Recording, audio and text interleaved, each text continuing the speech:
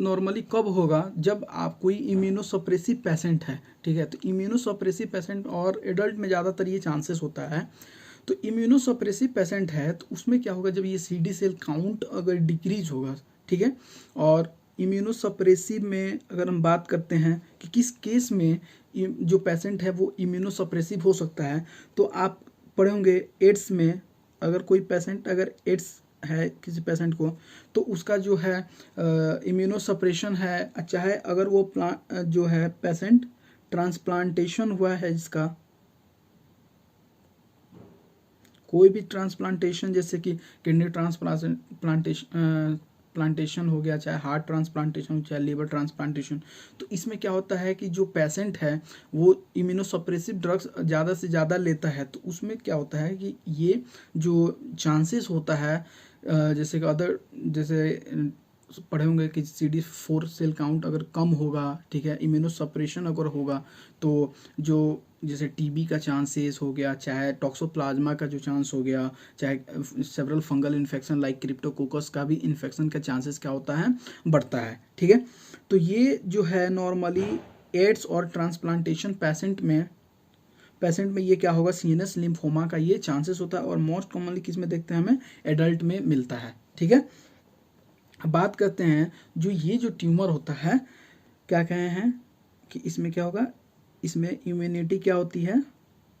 कम होती है, जिसको हम लोग क्या कह सकते हैं, इम्यूनो सप्रेसिव पेशेंट जो है, तो इसमें ये चांसेस ज़्यादा होता है। लेकिन क्या होता है कि समझिए कि अगर मान लीजिए कि कोई अगर एड्स पेशेंट है, चाहे उस पेशेंट का अगर मान लीजिए ट्रांसप्लांटेशन हुआ है, ठीक है, ट्रांसप्लांटेशन इस पेशेंट का अगर हुआ है, तो ट्रांसप्लांटेशन के पास अगर लैटेंट जो एप्स्टीन बार वायरस का अगर वो इन्फेक्शन होता है, अगर वो प्रीडिस्पोज करता है एप्स्टीन बार वायरस का, ठीक है, तो ये जो पर्सन है, ठीक है, पहले से इम्यूनोसप्रेसिव था, ठीक है, इसके बाद क्या हुआ कि जो एप्स्टीन बार वायरस का इन्फेक्शन हुआ, इसके चलते जो है अब वो जो चांसेस है CNS लिम्फोमा का, अब इसके अंदर क्या हो जाएगा, चांसेस क्या हो जाएगा, बढ़ जाएगा, ठीक है। तो CNS लिम्फोमा का चांसेस इस पेशेंट में क्या हो जाएगा, बढ़ जाएगा। और इस पेशेंट में क्या होता है कि जो ये लिम्फोमा है, इसको हम लोग सर्जिकली इसको ट्रीटमेंट नहीं कर सकते हैं। इसके लिए हमको क्या होना पड़ेगा, सबसे पहले कि और इसका जो डायग्नोसिस जो होता है वो नॉर्मली हम टिश्यू से बायोप्सी लेंगे, ठीक है, और उस मतलब हाई ग्रेड जैसे कि स्टेरियोटैक्टिक बायोप्सी लेंगे, और बायोप्सी लेने के बाद उसको कंफर्म करने के बाद हम क्या करेंगे कि अगर वो एड्स है, तो उस एड्स अगर एड्स पेशेंट में है और उसके चलते इम्यूनोसप्रेसिव है, तो उसमें हम लोग जो है ART को कंटिन्यू करेंगे, ठीक है। इसके साथ सेवरल जैसे कि जो स्टेरॉइड्स है, ये भी इसमें हम साथ स्टेरॉइड्स भी देंगे, और उसके साथ हम क्या करेंगे, जो इसका जो एड्स का ट्रीटमेंट है वो भी हम इस पेशेंट में देते जाएंगे, ठीक है। तो CNS लिम्फोमा ये प्रीडिस्पोज करता है। बात करते हैं जब इस जैसे कि वायरस CNS लिम्फोमा में, तो इसकी हम हिस्टोपैथोलॉजिकल के बारे में देखते हैं। तो हिस्टोपैथोलॉजिकल एग्जामिनेशन जब हम इसका लेते हैं, और इसमें हम ये देखते हैं कि जो जैसे मान लीजिए कि नॉर्मली क्या है, मान लीजिए ये एक क्या है, ब्लड वेसल्स है, ठीक है, ये ब्लड वेसल्स है, और इस ब्लड वेसल्स के जितने भी सराउंडिंग है, ठीक है, इसमें क्या है कि ये जो ट्यूमर सेल्स है वो अरेंज है हाई ग्रेड, एकदम हाई अमाउंट में ये जो ट्यूमर सेल क्या है, अरेंज है। तो ये क्या कहेंगे, ये है सेंट्रल ब्लड वेसल्स है, और इस सेंट्रल ब्लड वेसल्स के सराउंडिंग जितने क्या है, ज़्यादा से ज़्यादा अटिपिकल लिम्फोसाइटिक सेल हैं, अटिपिकल लिम्फोसाइटिक सेल। इस अटिपिकल लिम्फोसाइटिक सेल का जो अरेंजमेंट है, इसको एक और कह सकते हैं, जैसे ये ट्यूमर जो है, ठीक है, वो क्या है, अरेंजमेंट एक एंजियोसेंट्रिक अरेंजमेंट। एंजियोसेंट्रिक अरेंजमेंट कहने का मतलब क्या हुआ, जो ये ब्लड वेसल्स के सराउंडिंग क्या है, ये जो अटिपिकल लिम्फोसाइट्स और जो ट्यूमर सेल का क्या है, डिपोजिशन है। जैसे आप देख सकते हैं कि ये जो है ब्लड वेसल्स है, और जितना ये आपको दिख रहा है वेसोफिलिक स्ट्रक्चर जैसे दिख रहा है, तो ये सब अरेंजमेंट किसका है, और टिपिकल लिम्फोसाइट्स अरेंजमेंट है। ठीक है, तो ये आपको किस में देखने के लिए मिलता है, सीएनएस लिम्फोमा में हमें ये देखने के लिए मिलता है। ठीक है, आगे से देखिए, समझिए कि मान लीजिए कि इसका जैसे जो हम तो देख लिए कि नॉर्मल हिस्टोपैथोलॉजिकल एग्जामिनेशन कर लिए हैं, तो एक और जब हिस्टोपैथोलॉजिकल एग्जामिनेशन इसको कंफर्मेशन के लिए इसका एक स्पेशल हम लोग स्टेन भी इसमें यूज करते हैं, जिसका नाम है रेटिक्यूलिन स्टेन। इस रेटिक्यूलिन स्टेन कहने का मतलब क्या हुआ कि इसमें हम लोग देखते हैं कि प्राइमरी सीएनएस लिम्फोमा और सेकेंडरी सीएनएस लिम्फोमा को हम लोग क्लासीफाई करते हैं और मालूम करते हैं कि ये प्राइमरी है या सेकेंडरी है, प्राइमरी सीएनएस लिम्फोमा या सेकेंडरी सीएनएस लिम्फोमा। तो इसको देखने के लिए हम क्या करते हैं कि जब हम ये रेटिकुलिन स्टेन अगर डालते हैं, तो जब रेटिकुलिन स्टेन पे क्या होता है कि नॉर्मली मान लीजिए कि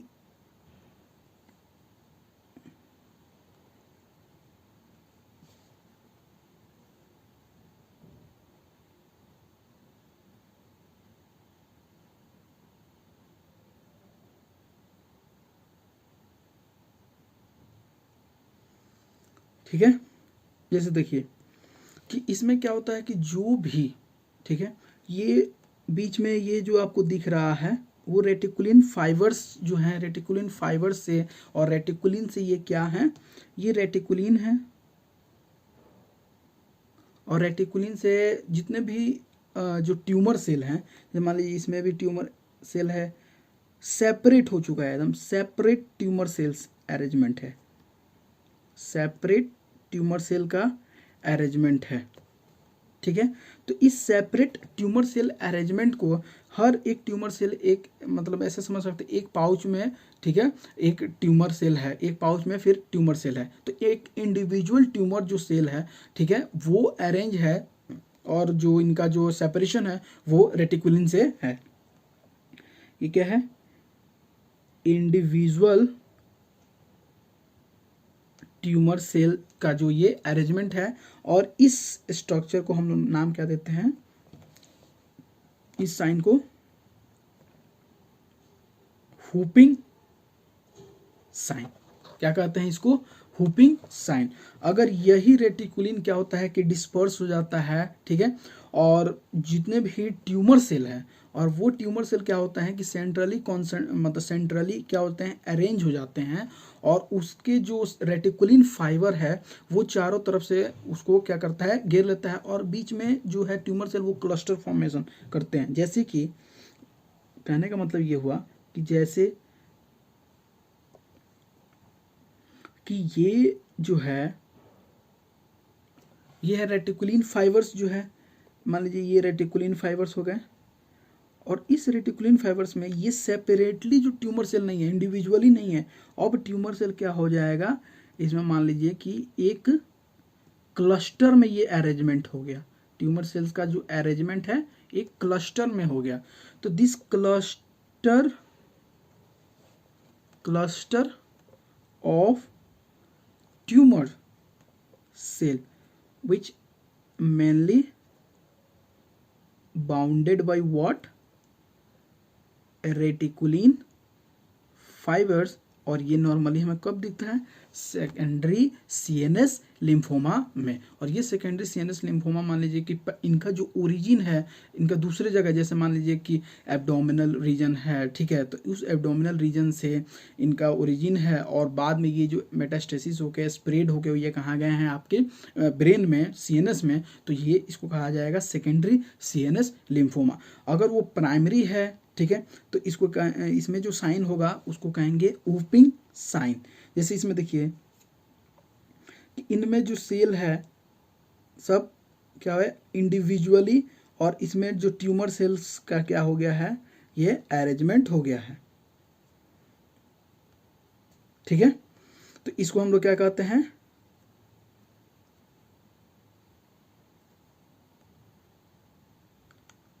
ओपिंग साइन, क्या कहते हैं, ओपिंग साइन। अब बात करते हैं कि इस पेशेंट में अगर हम बात करें क्लिनिकल फीचर्स क्या होगा, तो क्लिनिकल फीचर्स क्या होगा कि मान लीजिए कि जो ये ट्यूमर है, चाहे जो ये ट्यूमर है, जब इनका ग्रोथ होगा, एक्सेसिव ग्रोथ होगा, तो उस एक्सेसिव ग्रोथ के चलते, ये मास लीजन इफेक्ट के चलते,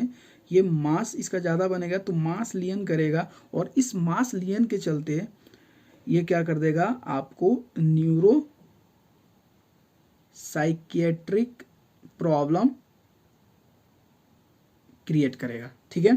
फिर इसके बाद क्या होगा कि पेशेंट में इंट्राक्रैनियल टेंशन बढ़ेगा, आईसीटी इंट्राक्रैनियल टेंशन बढ़ेगा। फिर इसके बाद से पेशेंट प्रिसिपिटेट कर सकता है, सीजर्स प्रिसिपिटेट कर सकता है। ठीक है, अब क्या होगा, जैसे कि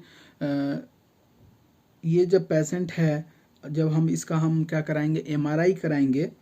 तो इस एमआरआई पे पेशेंट हमें क्या शो कराएगा कि जैसे मान लीजिए कि जो सराउंडिंग, नॉर्मली इनका जो इन्वॉल्वमेंट होता है वो ज़्यादातर फ्रंटल लोब में होता है, लेकिन क्या होता है कि सराउंडिंग जो, जैसे कि मान लीजिए जो वेंट्रिकुलर एरिया है, चाहे इपेंडाइमल एरिया है, तो वहाँ पे इसका जो अरेंजमेंट होगा, जो मतलब ट्यूमर का ग्रोथ होगा, और ये जो ट्यूमर है ये क्या शो करेगा आपको, ये एमआरआई पे डेंसली व्हाट इनहांसिंग ट्यूमर, आपको ये जो दिख रहा है डेंसली इनहांसिंग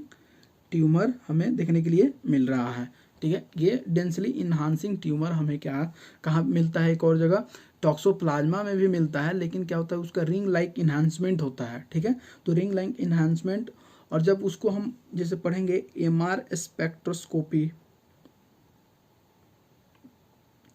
तो इसमें क्या होता है, एमआर स्पेक्ट्रोस्कोपी में कि जब अगर हम टॉक्सोप्लाज्मा हो गया और चाहे जो लिम्फोमा हो गया, अगर इसको हम क्लासिफाई करना चाहते हैं, तो इसमें क्या होता है कि नॉर्मल जो जब स्पेक्ट्रोस्कोपी करते हैं तो इसमें पीक आते हैं, और जैसे कि सबसे पहले देखिए नॉर्मल जो पीक है NAA का, ठीक है,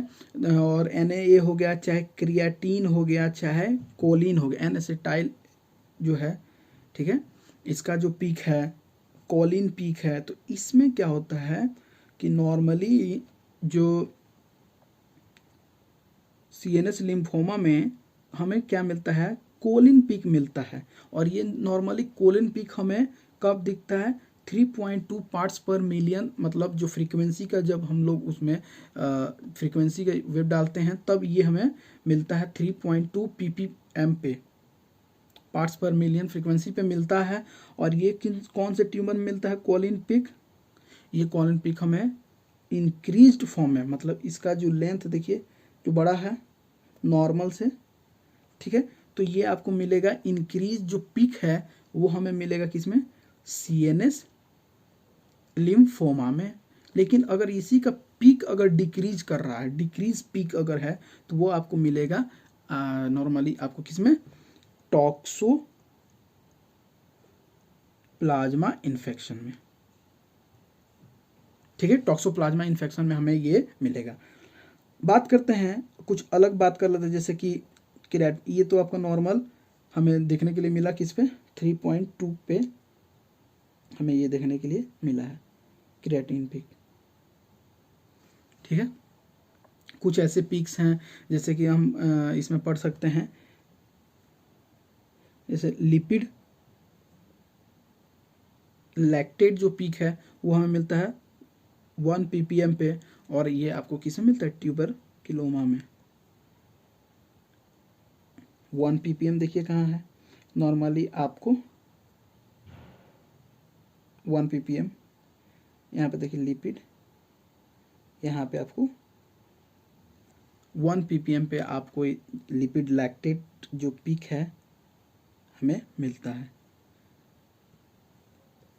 दूसरा जो बात करते हैं कि अगर मान लीजिए कि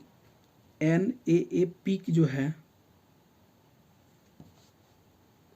तो वो हमें मिलता है आपको 2 ppm में, और ये 2 ppm में ये नॉर्मल, और ये किस डिजीज में हमें मिलता है इसका पीक,